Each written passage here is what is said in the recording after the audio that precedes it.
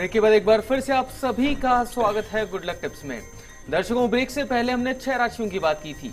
चलिए अभी के लिए आगे बढ़ते हैं और जान लेते हैं तुला, वृश्चिक और धनु राशि वाले जातकों के लिए। तुला राशि वाले जो हमारे दर्शक हैं, आज अचानक कोई अच्छी खबर आपको सुनने को मिल सकती है। समाचार पैसों से जुड़ा हो सकता है या आपके बिजनेस या नौकरी से भी जुड़ा हो सकता है। सेहत का ध्यान रखें। आज के दिन की सफलता के लिए पीपल के पेड़ के नीचे तेल का दीपक जलाइए, जल अर्पण कीजिए, दिन अच्छा गुजरेगा। अगली जो राशि वो है वृश्चिक राशि। वृश्चिक राशि वाले जो हमारे दर्शक हैं, आज के दिन के सितारे आपके वो काम करवा सकते हैं जो कई दिनों से उलझे हुए या अटके हुए हैं। काम धंधे पर नए सिरे से आज विचार कीजिएगा, कंसंट्रेट कीजिएगा, क्योंकि भाग्य आज आपके साथ है और भाग्य की शक्ति से आपके बिगड़े हुए काम भी आज बन सकते हैं। आज के दिन की सफलता के लिए बुजुर्गों के चरण छूकर दिन की शुरुआत कीजिएगा, दिन अच्छा गुजरेगा। अगली जो राशि वो है धनु राशि। धनु राशि वाले जो हमारे दर्शक हैं, आज का दिन काफ़ी क्रिएटिव हो सकता है। कुछ अच्छे ऑफर आज आपके सामने आ सकते हैं। भागीदारी में लाभ होगा। सार्वजनिक जीवन में मान सम्मान मिलेगा। आज के दिन की सफलता के लिए किसी जरूरतमंद को चप्पलों का दान कीजिएगा, दिन अच्छा गुजरेगा। पंडित जी, अंतिम 3 राशियों की तरफ बढ़ने से पहले एक और दर्शक हमारे साथ जुड़ी हैं। ज्योत्सना जी हैं भीलवाड़ा से। इनके जन्म की तारीख है 26/4/1992 और उनके जन्म का समय है दोपहर का 12:45 का। ज्योत्सना जी, आपका बहुत बहुत स्वागत है हमारे कार्यक्रम में। अपना सवाल पूछिए।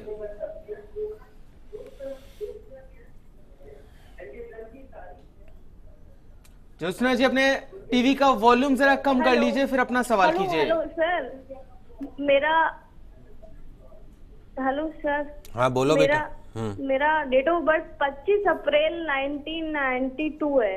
ओके, समय और समय है 12:45 दिन में ब्यावर हुई थी मैं। चलिए प्रश्न पूछिए बेटा, प्रश्न पूछिए बेटा। मेरा करियर और ना मेरी शादी के लिए पूछना था मुझे। आपकी एजुकेशन क्या है? मैंने एमकॉम किया और एलएलबी कर रही हूँ। Okay, good. देखो बेटा, आपके हॉरोस्कोप में आपके करियर के अंदर जो है सूर्य उच्च का होके बैठा हुआ है। नौकरी व्यापार के घर में जब सूर्य उच्च का होके बैठ जाता है तो निश्चित तौर पे ऐसे जो व्यक्ति होते हैं वो राजकीय सेवा में उच्च पद को प्राप्त करते हैं। हमारे हिसाब से आपकी कुंडली इतनी अच्छी है कि आप आईएएस बन सकती हैं, आरएस बन सकती हैं, मैनेजमेंट के सेक्टर में आप हाई कोर्ट जज बन सकती हैं, जुडिशरी सर्विसेज में जा सकती हैं। आपकी कुंडली बहुत अच्छी है। आपकी कुंडली के अंदर शुक्र भी उच्च का है, सूर्य भी उच्च का है, देवगुरु ब्रह्मा बृहस्पति जो हैं वो भी सूर्य के घर में बैठे हैं। लेकिन समस्या क्या है? 2 समस्या है। एक तो आपको राहु की महादशा चल रही है 18 साल की, दूसरा आपकी जन्म कुंडली में बुध जो है वो नीच का है।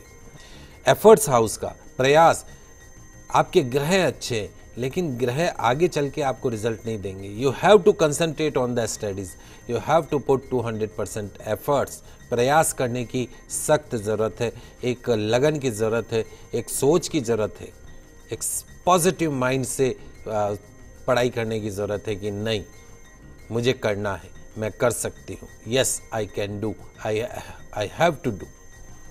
तो आपके अंदर वो जज्बा चाहिए, वो लगन चाहिए। राहु की महादशा और केतु का अंतर एक नेगेटिव पीरियड आपका ख़त्म हो चुका है जून 2016 में।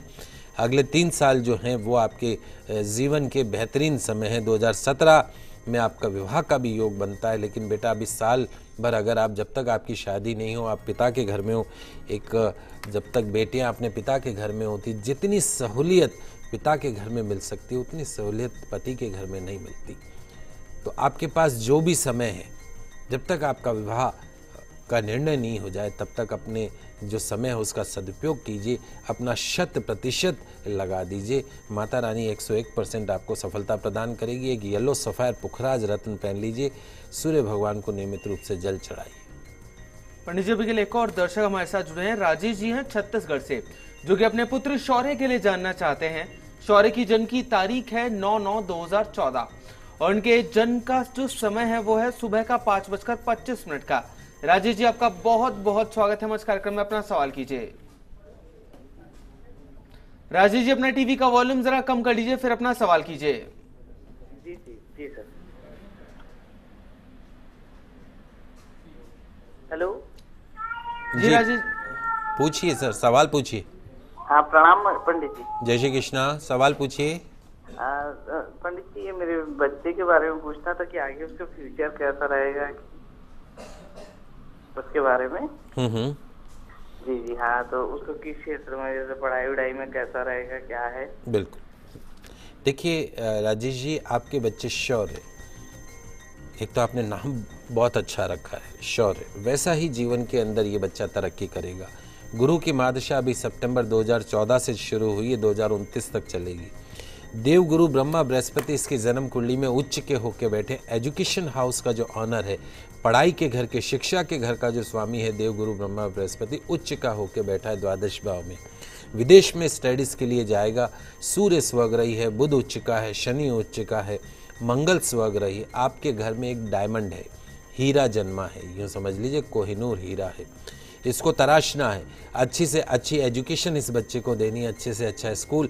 आप चाहे थोड़ा सा सफ़र कर लीजिए, लेकिन इस बच्चे की एजुकेशन में किसी भी तरह की कोई कमी मत छोड़िएगा, क्योंकि अभी तो बहुत छोटा बच्चा है, 2 साल का, स्कूल भी जाना शुरू नहीं किया होगा। लेकिन इसकी कुंडली बहुत अच्छी है। कुंडली इंडिकेट करती है कि ये जीवन में एक सक्सेस पर्सन बनेगा। हेल्थ सेक्टर पे थोड़ा सा ध्यान दीजिएगा, क्योंकि केतु बैठा है, थोड़ा फ्लक्चुएट करता है। साल में एक बार वज़न के बराबर गुड़ का दान गौशाला के अंदर करना है, और महीने में एक बार, या हो सके तो कम से कम 7 रविवार आपको ये काम करने हैं कि पक्षियों को दाना खिलाना है इस बच्चे के नाम से। कुंडली बहुत अच्छी, शिक्षा के क्षेत्र के अंदर टेक्निकल लाइन में भी जा सकता है, मैनेजमेंट सेक्टर में भी जा सकता है, लॉ सेक्टर में भी जा सकता है। बहुत ही ब्रिलियंट बच्चा रहेगा और बहुत तरक्की करेगा, इसमें कोई दो राय नहीं। हमारा शुभ आशीर्वाद इस बच्चे के साथ है।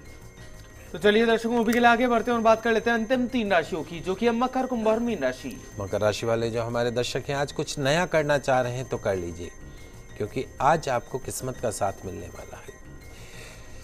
अपनी पर्सनल लाइफ में, अपनी ऑफिशियल लाइफ दोनों में आज जो आप पिछले कुछ दिनों से तनाव देखते आ रहे हैं, दबाव देखते हुए आ रहे हैं, वो आज आपको खत्म होता हुआ दिखाई देगा। आज के दिन की सफलता के लिए सफ़ेद पुष्प पूजा स्थल पर अर्पण कीजिएगा। अगली जो राशि वो है कुंभ राशि।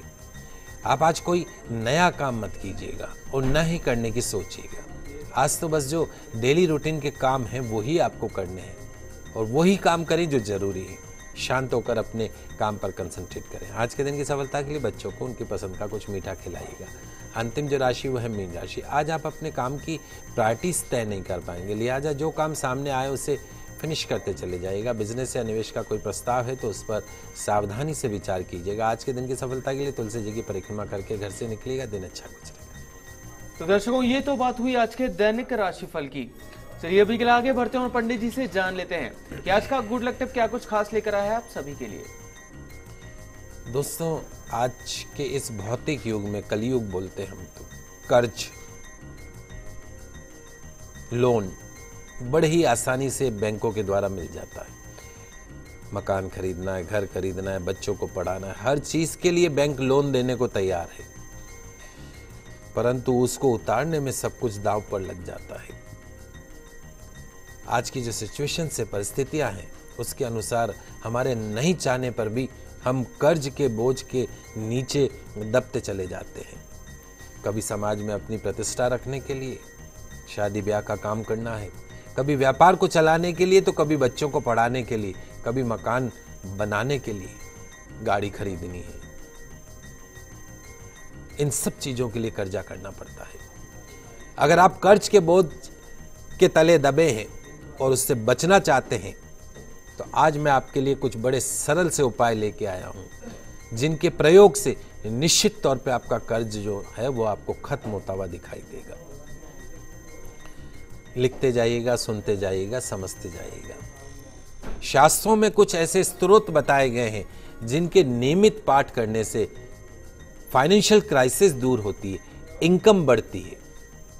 यही नहीं, कोई धन अगर आपका दबाकर बैठ गया है तो वो भी लौटने को विवश हो सकता है। कौन कौन से ऐसे स्रोत हैं वो मैं आपको बताता हूं। श्री कनक धारा स्त्रोत नियमित रूप से पाठ कीजिए। ऋण हरता गणपति स्त्रोत, रोज बुधवार को ऋण हरता गणपति स्त्रोत का पाठ कीजिए, रोज कर सकें तो बहुत ही अच्छा है। ऋण मोचक मंगल स्त्रोत, श्री सूक्त का पाठ, गजेंद्र मोक्ष और कुबेर मंत्र का पाठ कीजिए। इनमें से कोई भी आप कर सकते हैं या सभी कर सकते हैं, निश्चित तौर पे आपको बहुत फायदा होगा। दूसरा जो उपाय, ऋण मुक्ति के लिए बुधवार को गाय को हरी घास खिलाइए, गुड़ खिलाइए, रोटी खिलाइए, निश्चित तौर पे ऋण से मुक्ति मिलेगी। आपका व्यवसाय जो है, आपकी नौकरी है, उसमें और आपको तरक्की देखने को मिलेगी। तीसरा उपाय, हर बुधवार को किसी भी गणेश मंदिर में जाकर मोदक का भोग भगवान को अर्पण करें। हो सके, संभव हो तो 11 परिक्रमा करें। परिक्रमा करते समय भगवान का जो मूल मंत्र है, ओम गंगणपते नमः, ओम गंगणपते नमः, ओम गंगणपते नमः मंत्र का जाप करें। निश्चित तौर पे भगवान गणेश जी के आशीर्वाद से कर्ज से मुक्ति मिलेगी। चौथा उपाय, यदि आप चाहते हैं कि आपको कर्ज से मुक्ति मिले तो एक नियम आपको बांधना पड़ेगा। वो नियम ये है कि आपको पीपल के वृक्ष की आराधना करनी होगी, जल अर्पण करना होगा, उसकी जो गीली मिट्टी है उसका तिलक करना होगा, परिक्रमा करनी होगी, आरती करनी होगी।